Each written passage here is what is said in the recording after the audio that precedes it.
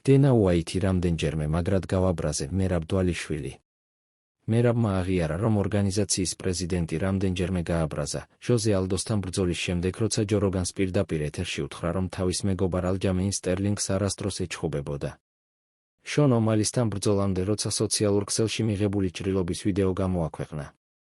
მიუხედავად ამ ყველაფრისა, დენა ყოველთვის კარგად მეკცეოდა, ამბობს მერაბი. მეც დიდ პატივს ვცემ და მადლიერი ვარ, ფც. ცოტა ხნის წინ დანამაც თქვა, რომ მერაბის მიმართ თბილად განეწყო და ბედნიერია, რომ აქტიური ჩემპიონი ჰყავს. მისი უდიდესი შეცდომა ჩემდა მიუპატივცემულობა იყო. მერაბ დვალიშვილი იანზე. ავქის ჩემპიონი მაიკლ ბისპინგის პოდკასტს ესტუმრა და 7 დეკემბერს თბილისის დროით დაგეგმილ რემატჩზე ისაუბრა. მერაბის კომენტარი: პიოტრიანთან პირველი ჩხუბისას ვნერვიულობდი, ახლა უფრო დაღვინებული ვარ. მისი უდიდესი შეცდომა ჩემდა მიუპატივცემულობა იყო, ეგონა, რომ არაფერი გამომივიდოდა.